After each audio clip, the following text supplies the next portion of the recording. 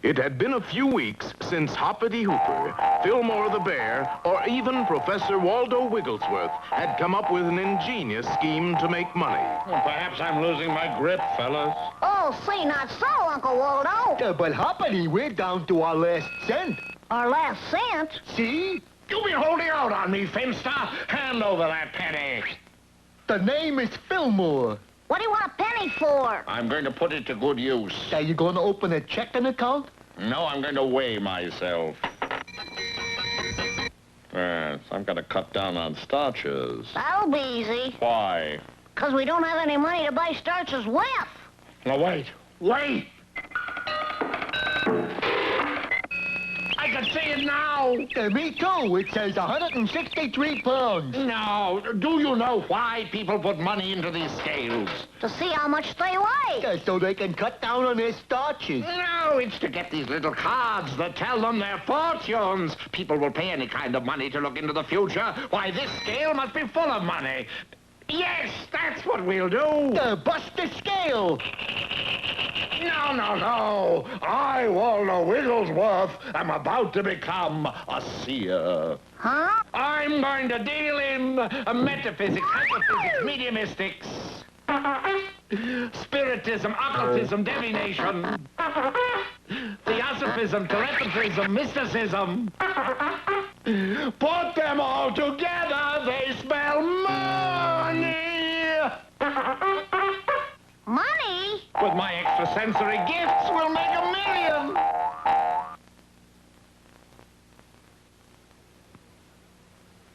So Waldo set up in business as a fortune teller.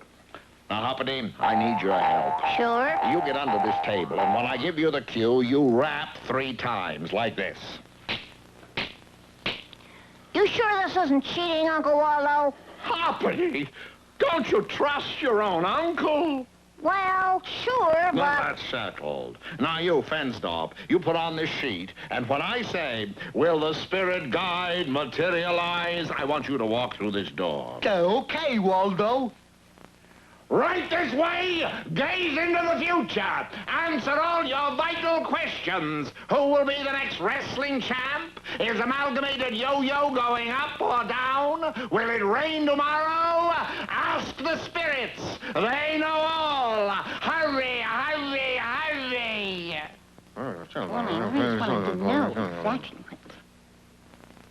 All right, now, fingers on the table. Spirits of the future, if you hear us, rap 3 times. Gee, I can't give a rap. All I can do is... That's a rap. Sounded to me like a croak. But perhaps the spirit has a cold.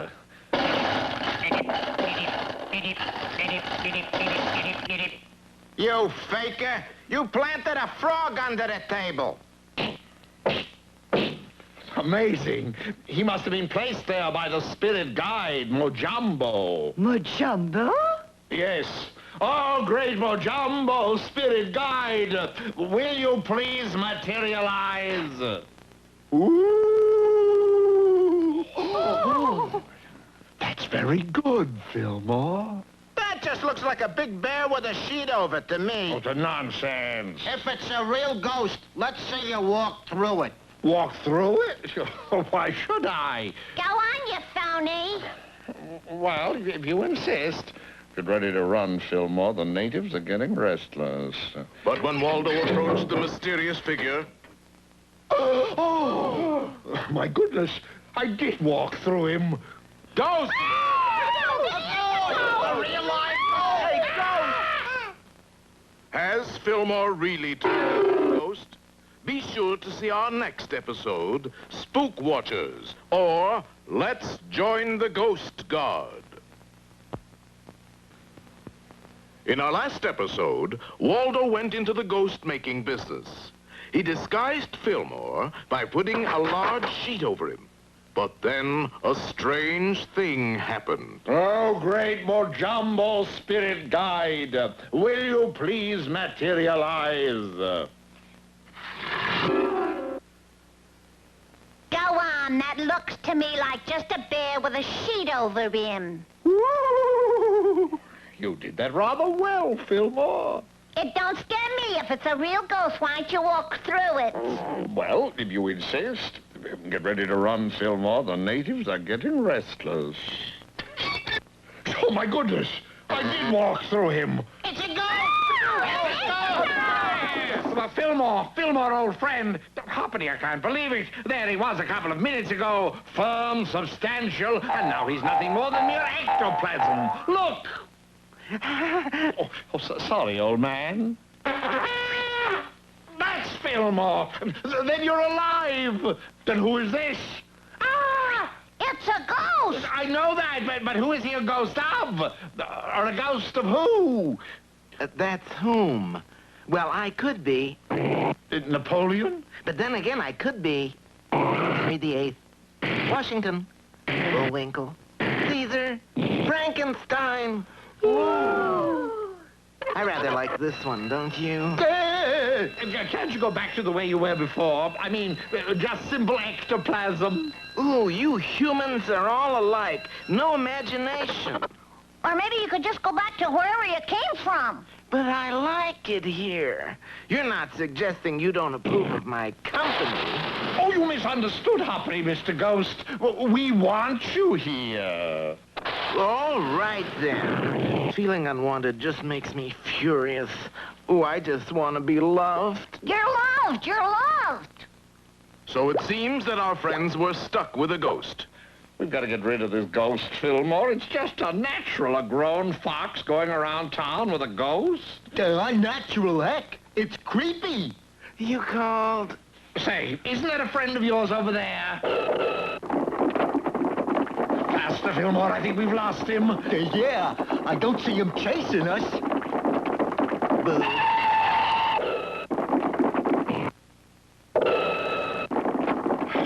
At last, I think we've given him the slip.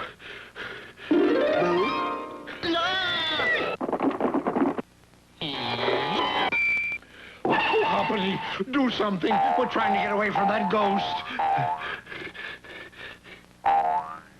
Boo. Gee, that was fun. Now I'll tell you what. I'll be it, and you chase me. Can't catch me. Gone? Yeah, but I think he's coming back when he finds out we ain't gonna chase him. Fillmore, we've got to think of something to get rid of him. I've got it! Well, we don't know how to get rid of this ghost, right? And where do people go when they don't know how to get rid of ghosts? The Wizard of Oz. No, the library.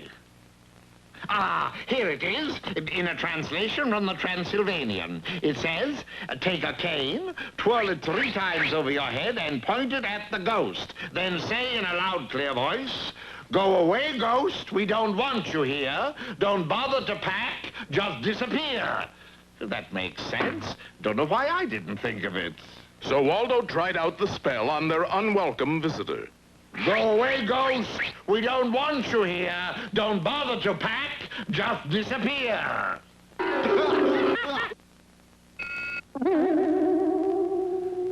The book didn't work, Waldo. It must have lost something in translation.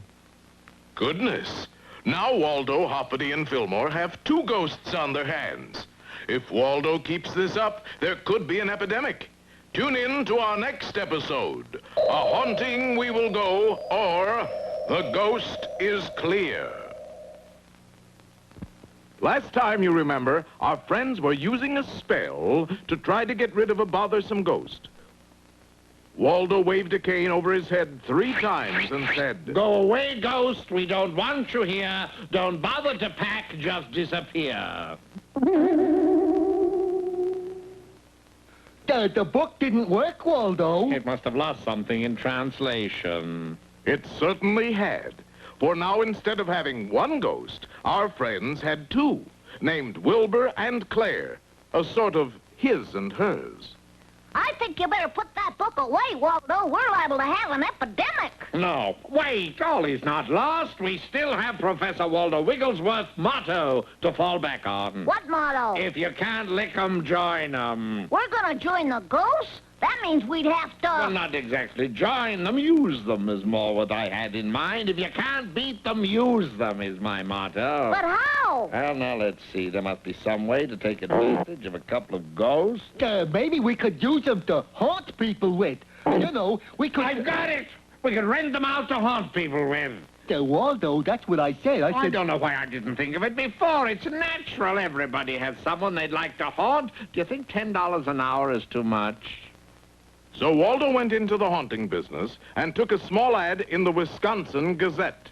Ghosts for hire, male and female, 347 years experience in haunting, spooking, and devilment. Contact Professor Waldo Wigglesworth, Box 21, Foggy Bog, Wisconsin. Overnight, Waldo Wigglesworth's haunting business was a success. It was true, it seemed. Everyone did have someone they wanted to haunt. Some people haunted their bosses. Mr. Pearson, I've been with this company for 25 years, and I think it's about time I had a raise. A raise? Over my dead body, I'll give you a raise. Would $100 a week be suitable, my boy? Thank you, Mr. Pearson. You certainly did the right thing there, Mr. Pearson. Miss Benson, I want you to give everyone in the plant a $10 raise. And please bring in some bicarbonate soda. I'm going to have to cut out these 2-hour lunches. Others haunted their mothers-in-law. I say don't sit in that chair. You know that's Mother's favorite chair.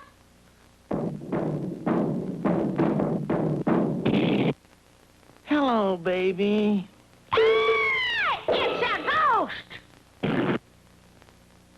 Stick with me, Wilbur and Claire, and we'll make millions. Millions. As Waldo continued talking, he did not notice his old girlfriend, Susan Swivelhips.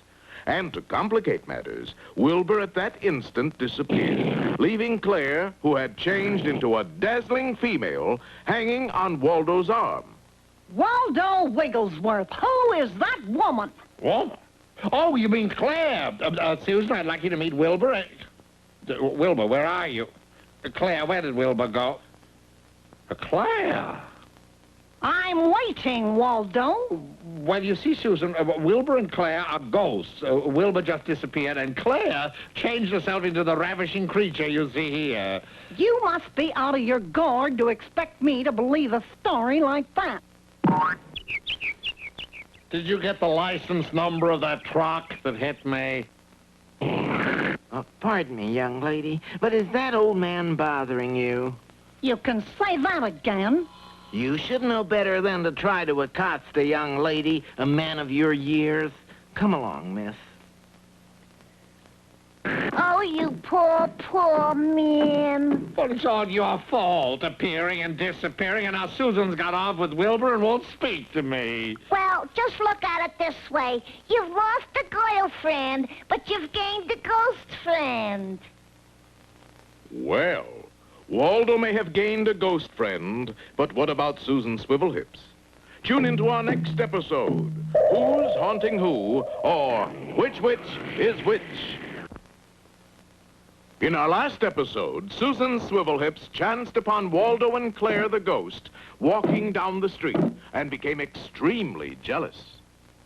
Did you get the license number of that truck? Pardon me, young lady. But is this old man bothering you? You can say that again. You should know better than to try to accost a young lady, a man of your years. Come along, miss. Oh, you poor, poor man. But it's all your fault. Now Susan's got off with Wilbur and won't speak to me. Well, look at it this way. You've lost a girlfriend, but you've gained a ghost friend. But I don't want a ghost friend. I want Susan. Well, if that's the way you feel about it. And then Susan left with Wilbur. It's maddening, Hoppity, losing your girlfriend to an apparition. But this isn't like you, Uncle Waldo, giving up without a fight. Can't you think of some way to get her back? You're right, Hoppity. It's time to sit down and give this predicament some thought. I've got it! I'll woo her back. No ghost can match the Wigglesworth charm. For you, my love. For me? All for you. For you, darling. For me? All for you. How's it going, Uncle Waldo? Wonderful. I plied her with flowers and jewels, and now I'm going to take her to the dance contest. Professor, I didn't know you knew how to dance. Know how to dance, Fillmore! I'm an expert at terpsichore. The shimmy, turkey trot, shag, Lambeth walk, the big apple, you name it, I'll dance it. But those dances are all out of date, Uncle Waldo. Nonsense. No classic dance ever goes out of date. I might even throw in a little pigeon wing. Sure enough, next morning, Waldo had a trophy. You and Susan won the dance contest? Well, not exactly. Wilbur and Susan won that, but I won the Square of the Year award. It's no use, Hoppity. I know when I'm beaten. Wilbur, I hope you and Susan will be very happy together. You hope who will be happy together? Susan and Wilbur, they're going to get married. I don't see that there's any laughing matter. This is going to be the shortest marriage in history. I don't understand. Well, we ghosts only have the summer amongst you humans, and then we go back to what we were. What's that? TV ghosts. TV ghost? You know, when your television isn't working right, you see a kind of ghostly image. That's you? That's us. Big mouth. But summer was over a week ago and you're still here. Well, that's because we weren't given our calling. You're calling? Yeah, at the first sound of a bugle, poof, there we go. Just an impulse going to thousands of homes all over the country. I always wondered how that television worked. You mean if Fillmore blew his bugle that you and Wilbur would go back inside the television sets for good? Yeah, you see, during summer reruns, we are given the opportunity to go out among you humans and... Fillmore, blow your bugle as you never blew it before. What's the matter, Fillmore? Blow that thing.